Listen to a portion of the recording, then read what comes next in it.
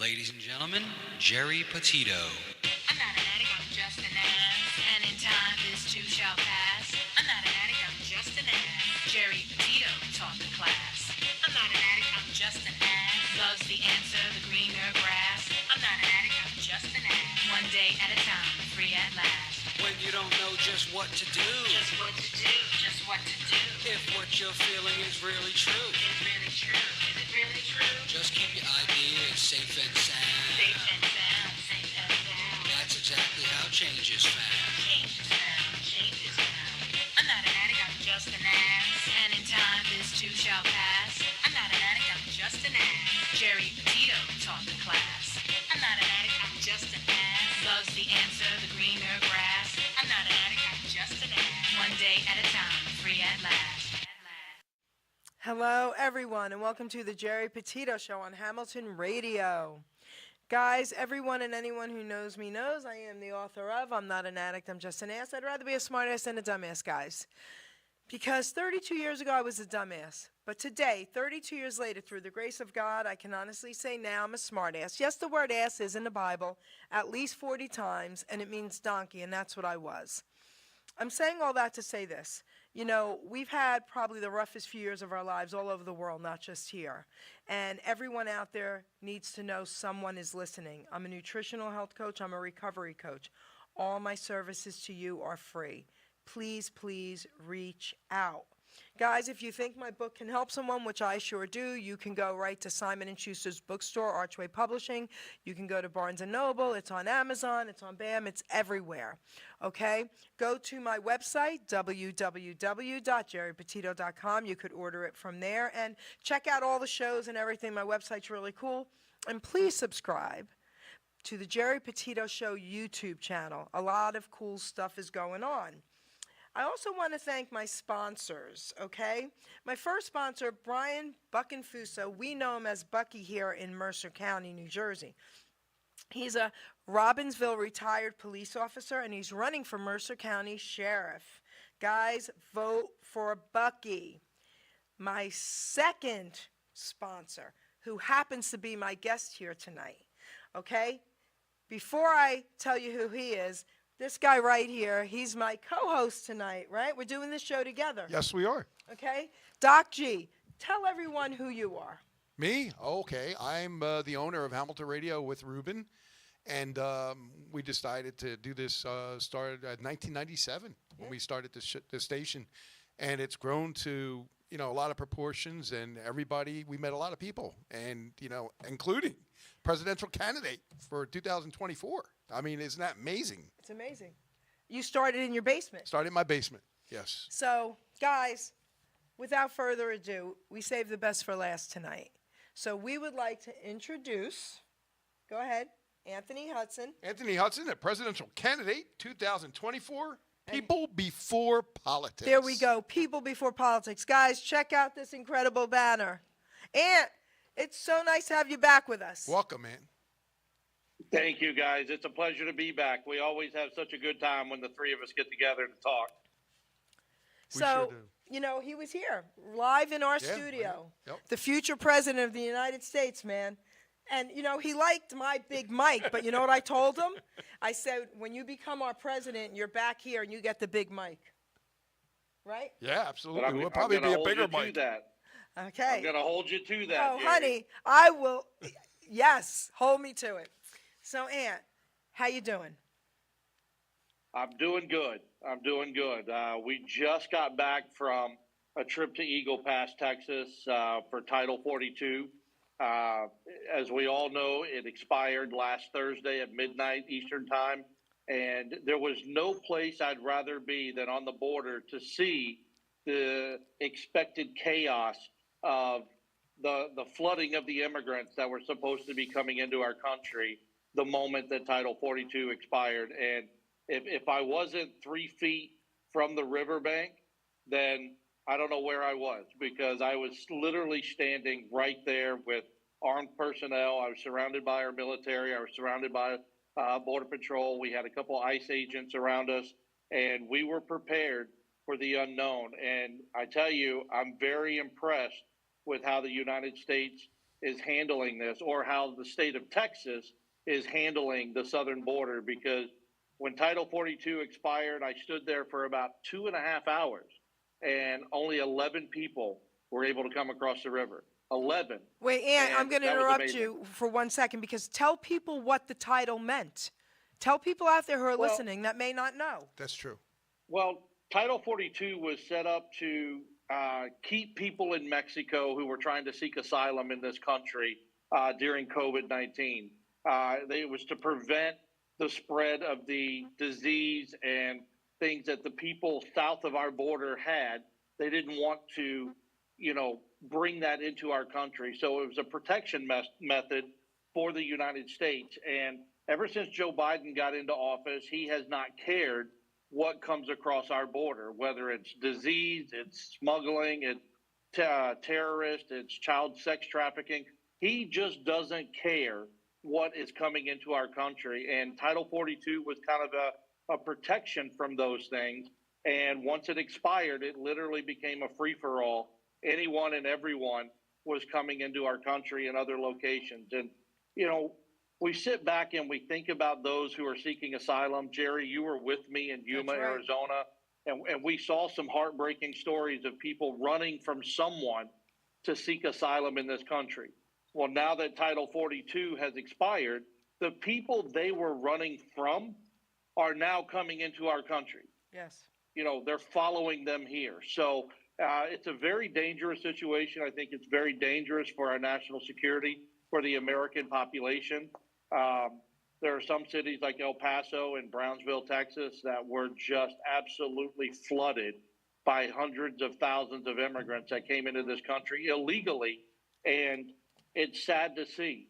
It really is, because we can't help them all. And we want to promote a healthy immigration process for these people coming into our country, but we want to promote legal immigration, not an illegal invasion, which is what's been happening. So we were down there. I was down there. I was actually down there by myself. I didn't have Kevin or any of my staff Right. members with me. I was down there to further my analysis of what's going on with the border so we can continue to work on the most effective immigration policy we can do. And I tell you, we got some great information. We talked to some amazing people, and we are back on the drawing boards with our immigration process, to add to it, to make it better, to reform it. And that's what I think government should be about, is constantly looking at our policies and seeing how we can make them better for the American people. And I think that's where our government falls short right now, because let's all face it, they just don't care. Unfortunately, I have to agree with you. And, Gino, when Ruben and I went to the borders with them, Yes. it was life-changing. We all knew what was supposedly happening, and things were kind of, we were lied to about really what was happening at the borders.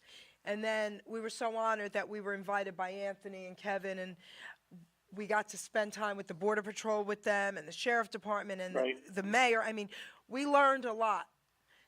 What I want to say, though, is this guy right here, Anthony Hudson, is the guy to make these changes, because what you don't know about him, or you might know, I'm talking to the listeners, is he's a regular guy, okay? He owns a small trucking company. Tell them where you're from, Ant.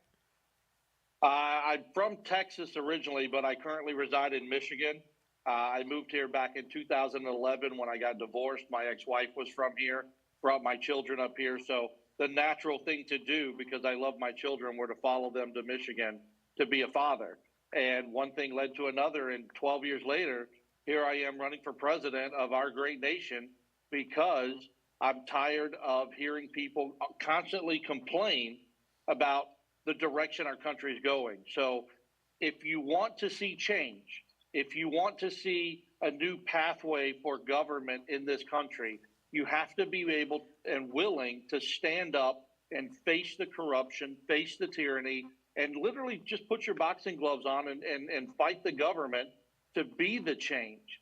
And if we can get enough people to support our efforts, then I believe we will be successful. Whether it's in 2024 or 2028 or 2032, we will end up in office, and we will make sure that this country is represented the way government was intended to work. Right now, it's a free-for-all for the rich and the wealthy, and they are not thinking about us at all. That's been proven.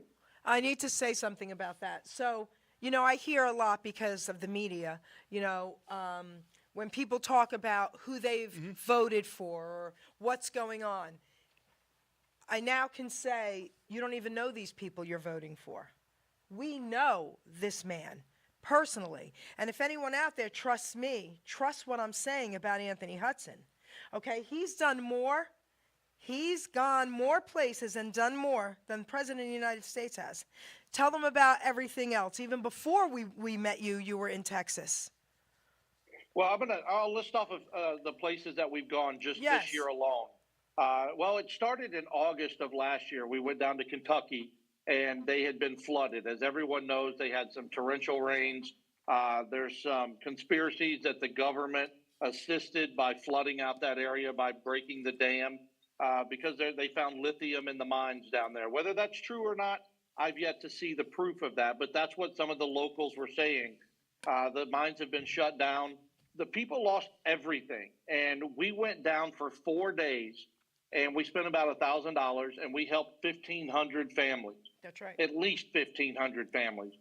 There was one gentleman who was 82 years old. He was sleeping on his front porch because his home had been flooded, and it was 127 feet away from the riverbed. So that gives you an idea of how much or how much water came through there to flood his home 127 feet away. And FEMA refused to come out and remove his mobile home. So what we did is we went and got a track hoe. We tore the mobile home to pieces. We twisted it up, ran through the living room, the bedrooms, the bathrooms, and we pushed all that trash up to the road and then forced FEMA to come out and take it. And the man was so thankful that someone was there to do something to help him because the government turned their back on this man. He was expected to live and die on his front porch or sell his entire property to FEMA for $225.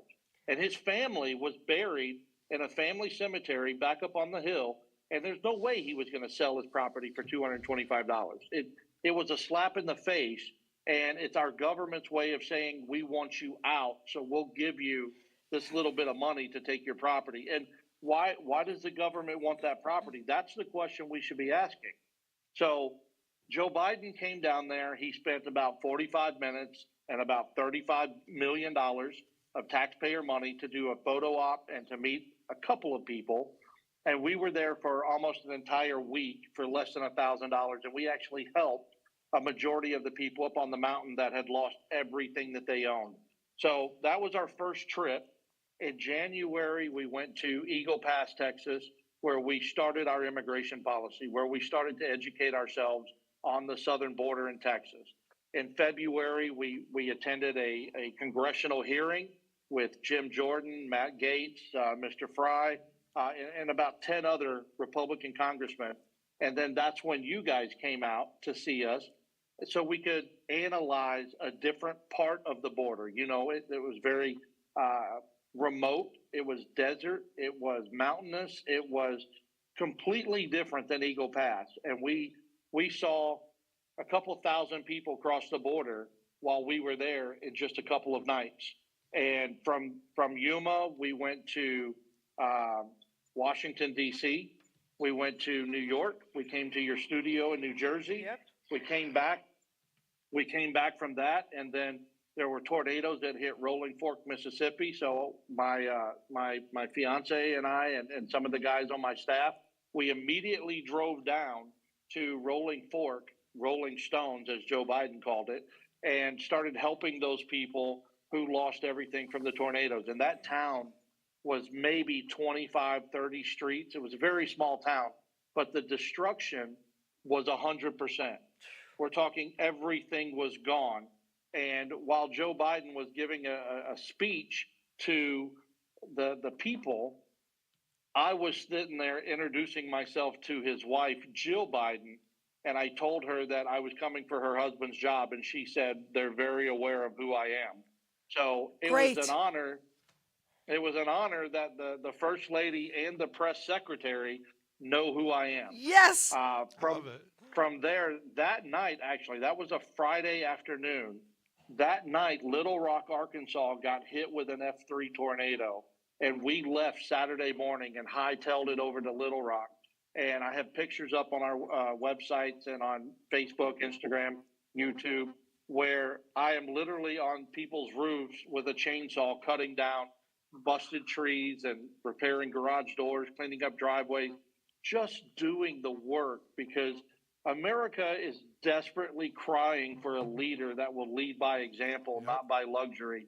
And if you want to lead this country, the people need to know that you're there for them. And I have done nothing but put myself out there for the people of this country.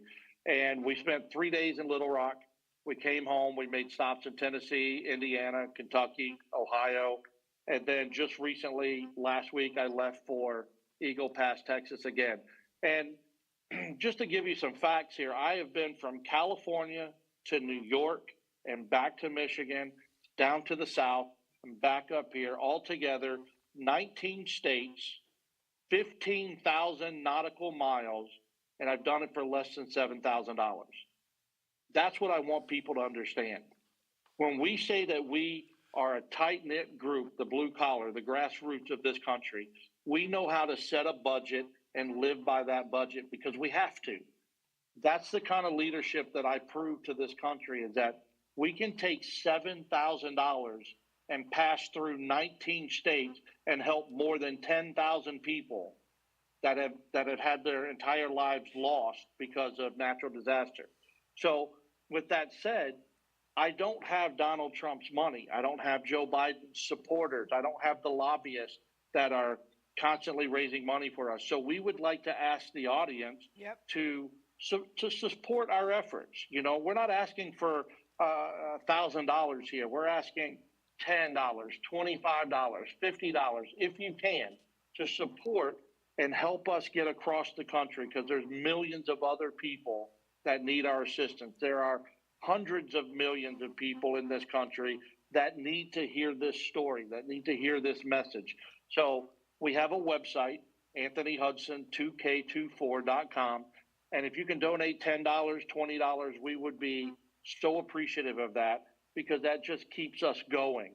And I would hate to see that our Constitution and our Bill of Rights gives us the pursuit of happiness, but we can't pursue that happiness because we don't have the funding or the money to go after our dreams to save this country.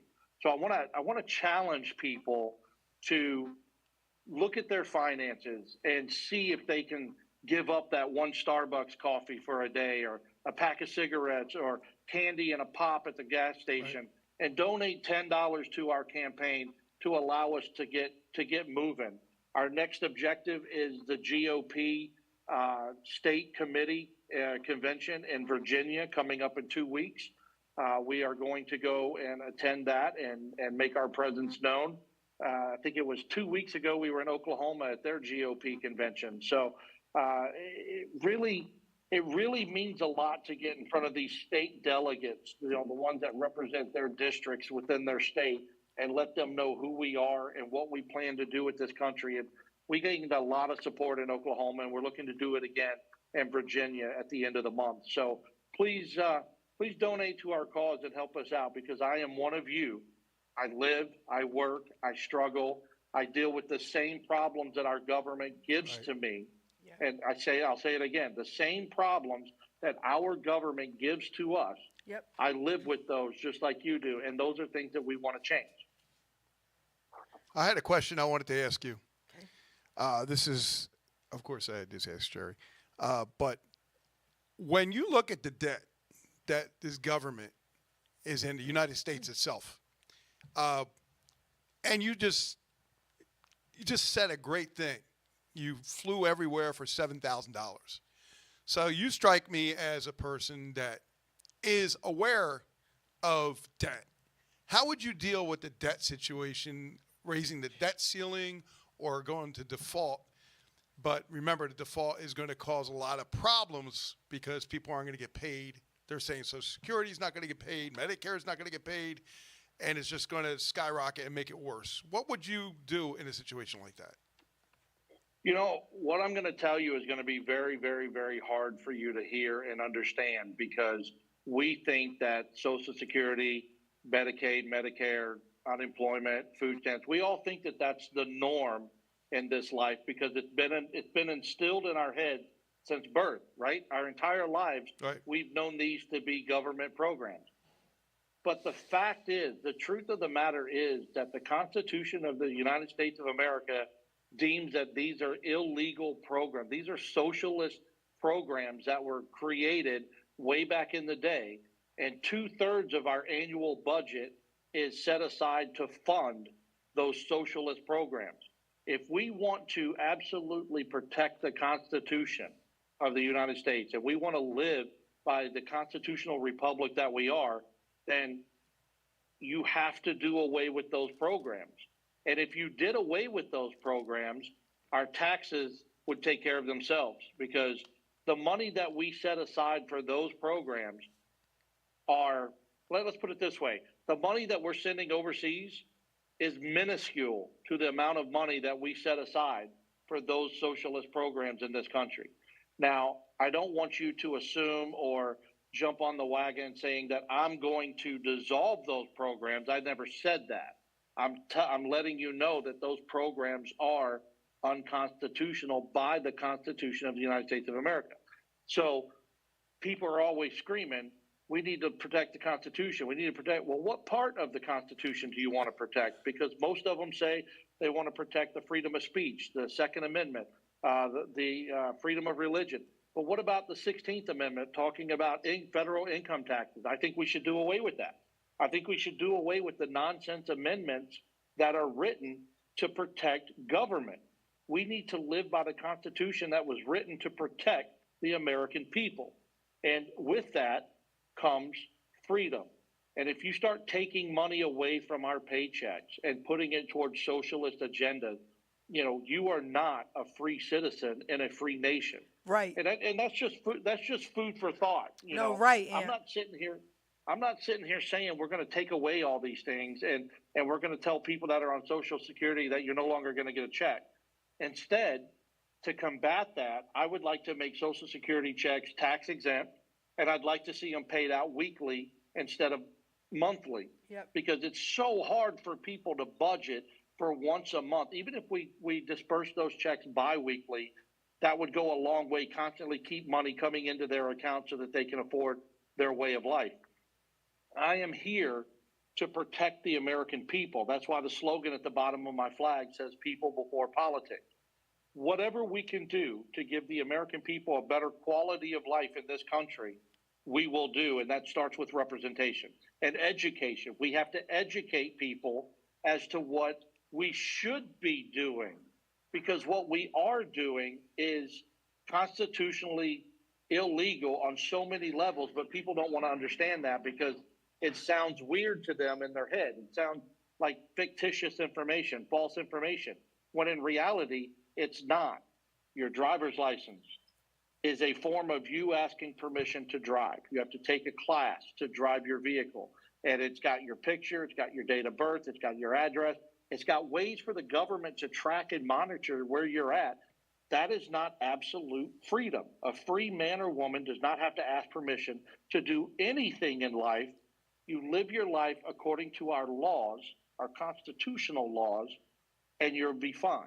But when you violate those laws comes repercussions and consequences, which we like to preach on our campaign, responsibility, accountability, and consequences. So if we ask these questions, we can uphold the law, we can enforce the law, and we can write new laws to protect us in our society. But we have to be strict on those consequences so that criminals don't think they can get away with second-degree murder like they do in Illinois. It's ridiculous. Wow. What do you think? Did he answer your question? Yeah, in a way you did. Yeah, I just wanted to know basically if we're going to default. Do you think we should default, or should we raise the debt ceiling? No, I don't think we should default. I think if we were able to sit down at the table and say, okay, Mr. President, this is the last time that we are going to raise the debt ceiling, and these are the things that you have to do to protect the United States and our obligations to our debts, then I could see a compromise. But I don't. I think if we continue to give in to the debt ceiling and keep raising it every single time, then the government is going to continuously overspend the budget. That's it. Every single time. Yep. But in this situation, it's a dire situation because we're coming up on that mark where if we don't raise the ceiling, then, like you said, people are not going to get paid. Social Security is not going to get paid. Our military won't get paid. Unemployment won't get paid. So we have to raise the debt ceiling one time. And at that point, government has got to restructure and reprioritize how they're going to spend our money. And if we have to cut ties with foreign nations, then so be it. Because we have to take care of our backyard first. We have to take care of the American people first. Our veterans, our homeless, our hungry, our sick. We have got to make sure that people in this country can afford health care. We have to make sure that our kids are getting educated. We have to make sure that our national security is protected. Yes. There's so many things we have to do. And if that means we have to tell the rest of the world, time out, then we're going to take a time out, because a weak America is not good for the planet, period. Listen, I just want to make a comment, and I'll let Jerry say. That's absolutely good, because I love that idea. That solves that problem. And the people, us people, me, her, Ruben, everybody, need to make sure that the representatives are held accountable for everything that you just said. That's part of what we can do as a people to help you legislators and presidents and vice president and the cabinet work together with the people. That's why I love what your platform is, and I agree 100%. Go ahead, Jerry. And we actually have a part of our immigration process is we have a citizens bond that will generate $3.6 billion a year or more that will be sent directly towards our deficit, which will bring down our deficit in this country. And it won't cost you a penny. It won't cost Jerry a penny. It's a citizens bond that the immigrants who come into this country will purchase, and we will divide the money up that they pay each month. So it's like $150 a month. And a lot of people are going to say, whoa, they don't have it. They don't have that kind of money. Jerry, how many immigrants did we see come across the border in Arizona, and they all had a wad of American Not cash? only did we see New sneakers, right? thousands.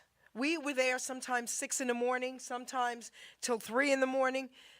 Not only were there thousands, not only did they have a ton of money, I was given as a gift four or five bills from all different countries that were brought in there, okay, from the humanitarian that we met. And let me tell you something. And I want to say something. I've said this to you personally, and I say this constantly, but let's talk about this on air, all right? As a citizen of the United States, right, my family were immigrants. My dad's family came from Italy. My dad was 14 and was sent on that boat alone to meet an uncle he never met and didn't know the language. And not only did they survive it, they ended up getting incredible jobs to help their families get here, right? Okay, so we're not saying we don't want immigrants here. We're not saying that at all. What we're saying is we want them to come here legally, and we want to help our people first that need it right now, because we have homeless people here, right? We have people, our poor vets. What the hell is that? All right, I don't curse, but you know what? I'm going to use the H word. What the hell is that? So, Aunt, this is what I want you to talk about for a minute. Someone like me sees it so clear, right? Of course we want them to come here legally. Of course we want to help our vets. Of course we want to help our homeless people. Of course we want to make sure everyone has, the medical coverage, right? Why is that so difficult for the government to do when that's what should be done? Answer that. My truth, okay, my Your opinion, truth, yes. and that's all this is my opinion, is that our government is so big and so powerful, which it was never supposed to be this big, right? They have selfish agendas that are lining their pockets. They are concerned about themselves. They are concerned about how much money they can get from the lobbyists from foreign countries, that they can't be stopped. That's what's going on in their head. They can't be stopped, and they have their foot on the throats of 330 million Americans. We're talking 1,200 officials, 1,200 elected officials are controlling and scaring almost 330 million Americans. And when they have that kind of power, they feel like they're invincible. We've heard Donald Trump say that he could shoot a person in this country and get away with it. The man was on trial for rape recently and didn't even bother showing up to court because he thinks he's invincible. That's the power that comes with being, a president, a congressman, a senator, whatever. The law is the law. No man or woman is above the law in the United States of America. And I feel right now that because our government is so big and so powerful and so selfish, that we, the people, have to suffer by the decisions that they make in Washington. And my objective, my goal, is to shrink down the size of our government, smaller government, bigger results, and give the people the power that they deserve. We are Americans. Government was created to protect us, to defend us, to make sure that we're safe in our own country. And they do none of the sort right now. They are more worried about what's going on in Ukraine and China and Russia and North Korea. And don't get me wrong, those are some legitimate threats. Yes. To the world. Yes. To the world. But constitutionally, it's not our problem. We were never declared the world's bank or the world's police. And until we can straighten out our country and get our country back on its feet, the rest of the world is going to continue to laugh at us and assume that this is a safe haven that they can come to no matter what. It's the only country in the world right now where you can enter without a passport and stay here and get government assistance. We have immigrants that are in New York right now. I saw an article on this the other day that they expected more. Okay, let me say that again. When they got here, they got their money for food stamps. They got qualified for food stamps. They got some cash assistance. They got shoes. They got cell phones. They got hotel stays. And they expected more from our government. Yet the people who live here don't even get those handouts. But the immigrants know that coming here, they're going to get benefits from our government, and the immigrants aren't even happy with what they're getting. That's a slap in the face to all of this. It is. I have a question for you, because I think everyone listening to this show is probably thinking the same thing. Tell us how you're going to make a difference where you're not going to allow any of that to influence you. You're going to stay who you are, and you're not going to become one of them, because people have asked me about that. Well, I've had moments in my life where I've been very successful, whether it was in sports or it was in life in general, becoming a father. I've met and achieved a lot of my goals as a human being. And I look back at how my mother raised me, and she told me, and my mother was a very strong Southern Baptist woman in Texas. And, she raised me on her own. My father was there, but he wasn't, if that makes sense. Okay. He was a very abusive man. He was very neglectful. He tried to be a dominant figure in the home in a negative way. So my mom had to play mom and dad, even though my dad was there, but he wasn't. And my mom always told me, don't turn out like him. Be yourself. Stay true to your roots. Stay true to your passions. Go after your goals and live your life to the best of your ability, but never forget where you came from. And if I go into more detail on this, and I'm surprised that I'm even saying this on a radio station, because I've kept this bottled up for years, that I grew up in a single-wide mobile home out in the country where we had nothing. I wore Velcro shoes until I was a freshman in high school. By the time I got my first Michael Jackson pair of pants, those pants were no longer a thing. All right, let's just put it that way. I came home from church one night, and my father welcomed me home with 5 shotgun slugs to the front of my truck before I could even get out of my truck. And this was coming home late from church. I wasn't out drinking or gallivanting. I was at church. It was a Wednesday night. This man was a horrible influence. And the man I am today was because everything that he did, I just have to do the opposite, right? I have to show love and support for my children. I nurture them. I care for them. I'm always there for them. I moved across the country to be their father after their mom and I got divorced. Wow. And through all of this, I have always remembered that God, family, country, and a lot of people will say God, country, and family. My family, what's left of my family, is what keeps my heart going. That's right. It's the beat. It's my motivation. Because what's good for my family is good for your family. Oh, wow. It's good for all of I love us. it. And if we can just put our differences aside in this country and come together and remember where we came from, how it all started, we can take back what is truly ours in a more unified way than we've ever been before.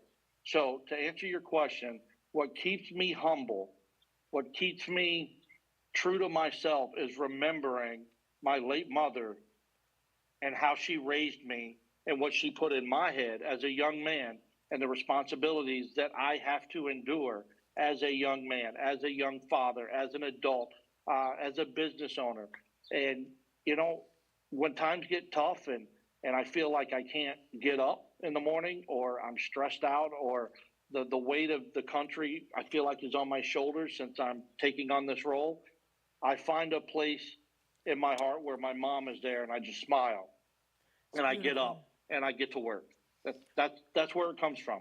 That's beautiful. You know, Aunt, I could definitely relate. I mean, I always say my father, thank God for him, he was the best man that walked this earth next to Jesus. So my email, you know, is WWJD Jerry. What would Jesus do, Jerry? And I laugh and always say it keeps me from slapping people, right? But I think about what would my dad do too. Every day of my life that doesn't leave me. All right, what would my dad think? What would he say? So, Aunt, I love what you just said because that's true, that's honest, and it's real. So that makes me love you even more. So what else? Do you have another question? Yeah, I do. Jerry? I have All right, another question. Let's start there. All right. Anthony, there's a lot of talk right now about central bank digital currency. The Yeah, banks here we go. this is really important.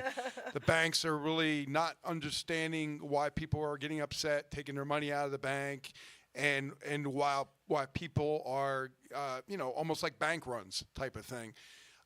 Right. What is your thoughts on the central bank digital currency, and do you know anything about crypto? Okay. Well, one, I am 100% against the digital currency. I am all for having our dollar go back to a gold-backed system. Perfect.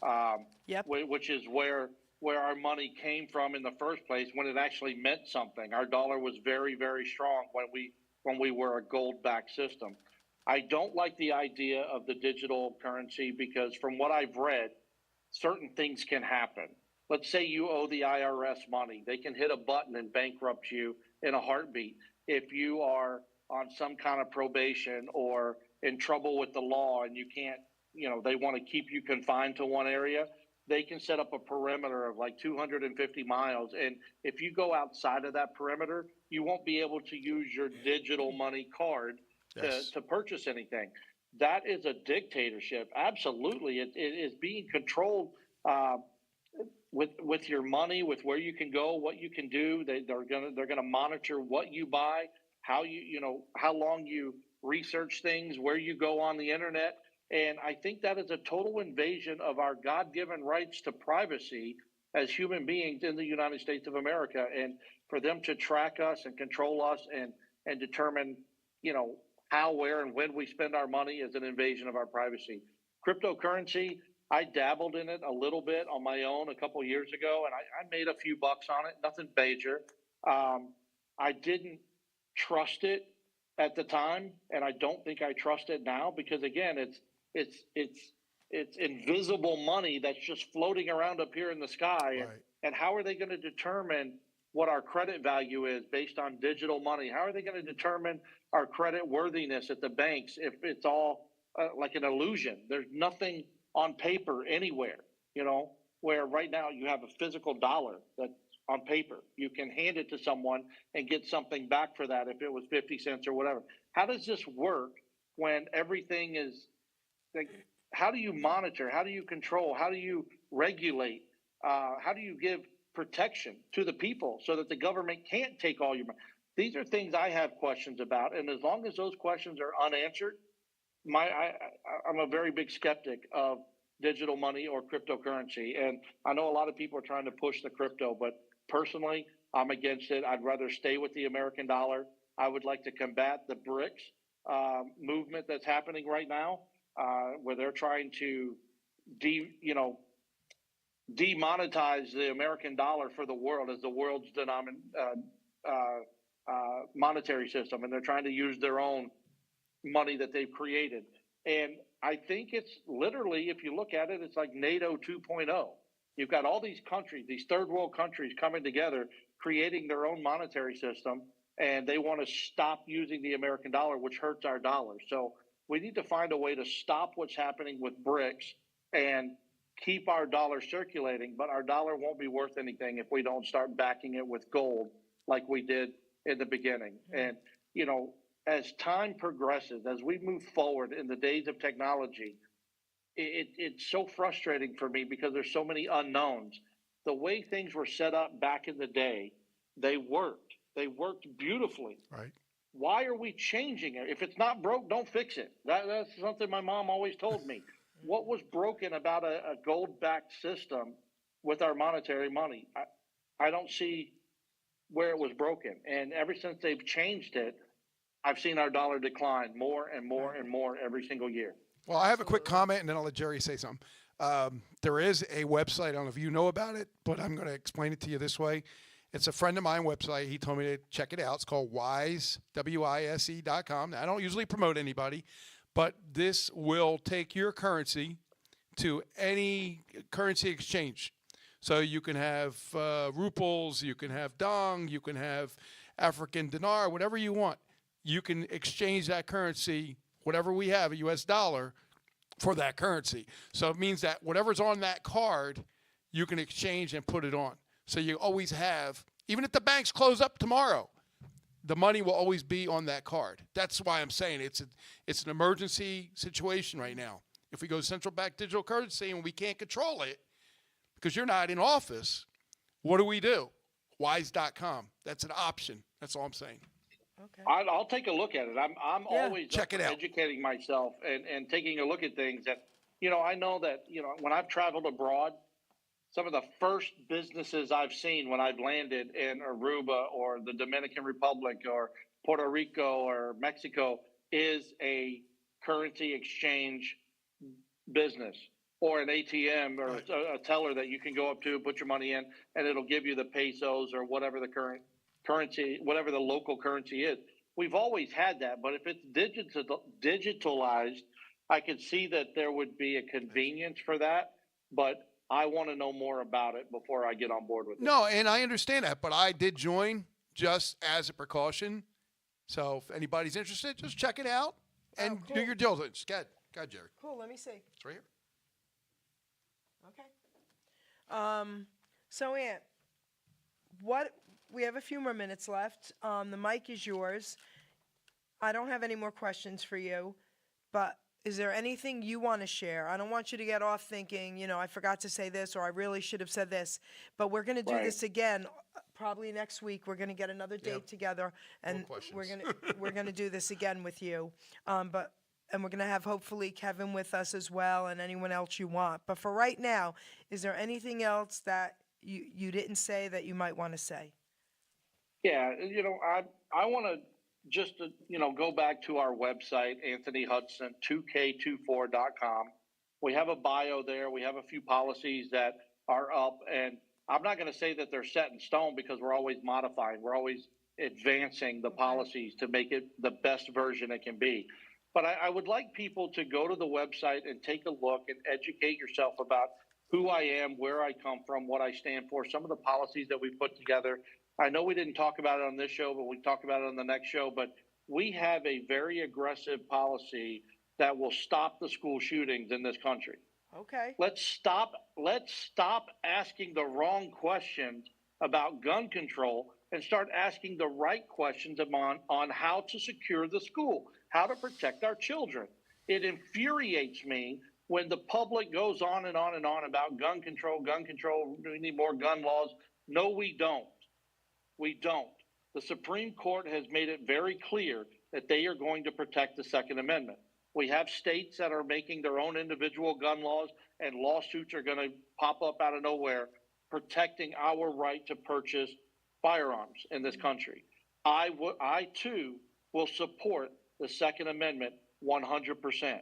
I believe in this day and age, more than any other time in history, that we need to uphold our constitutional duty to protect ourselves and our families.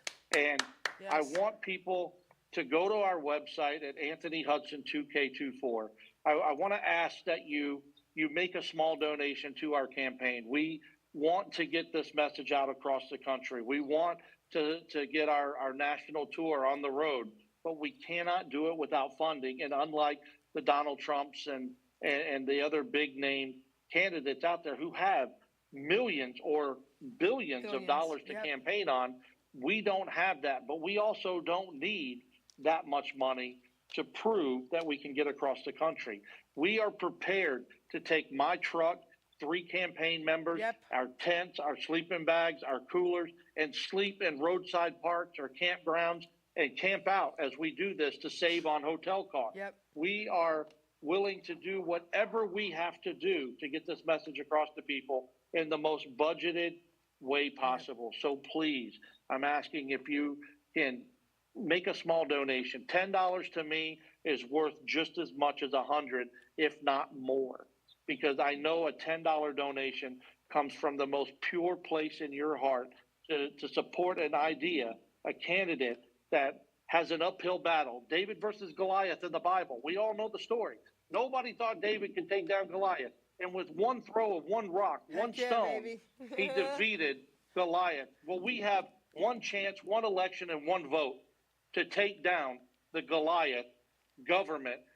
And if we can come together and start putting unity back into communities, we can go a long way. And with your support, $10, $20, whatever you have, even if all you got is a prayer, we'll take your prayer, period. But we need to have more financial support because it is an uphill battle. And there are a lot of Republican governors and mayors and congressmen that have pledged their endorsements to Trump or DeSantis or whoever else. And that's fine. I don't need the endorsement. I need the American people. Forget the Republican, forget the Democrat, forget the independent.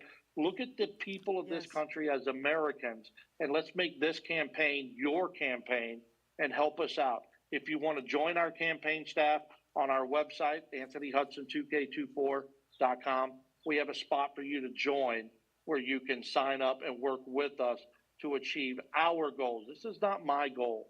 This is our goal as Americans to take back our country and protect your freedoms and your liberties the best we can without taking away anything.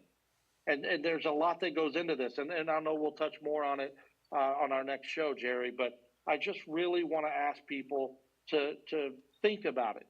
Open up your hearts and ask yourself, do you want to continue to support the rich, the wealthy, the corrupt, the celebrities, the career politicians, and all the people who are making decisions in Washington that allow us to struggle? Do you want to support them, or do you want to support the one man who is standing up to make life easier for you, to make life better for you, and give you a chance to succeed and protect your future and your retirement? That's what we're going to do with your help. So if you can, please check out our website, AnthonyHudson2K24.com. And if you want to email me, reach out and send me an email. I will make sure to get back to you no matter what. Anthony Hudson for president, guys, okay? 2K24. Listen, Aunt, you know you got our vote, okay? I know this man personally. I traveled with this man personally, and I'm here to tell you every single thing he has said today, he is telling the truth. He is who he is.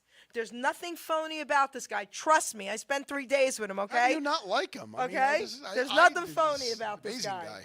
So, guys, again, And I go ahead. and go I ahead. eat a lot of food when we sat at dinner. You know, I eat everybody's food. You know, it's all Okay. right. But you know, let's end it with this. All right. You know, I've been Positive talking to note, a lot of positive note. people in a lot of other states, and every time I talk to someone face to face, we all agree. Let's bring God back to our country. Absolutely. Let's live up to the rights that are afforded to us by our Lord and Savior, and let's get the country turned around in a spiritual, religious way so that we can all come together, worship God and his kingdom right here in the United States of America, because I can do all things through Christ who strengthens me, and that's where our strength needs to come from. Amen. We're doing something different, guys. You're seeing right now a commercial that one of the owners and producer of Hamilton Radio did. We're not going to close with my song. We're going to close with this commercial, Ruben. Aunt, we love you. We do love you, buddy. Our future president. I love you guys too. Thank you so much. Our future president, Anthony Hudson. 2K24, baby.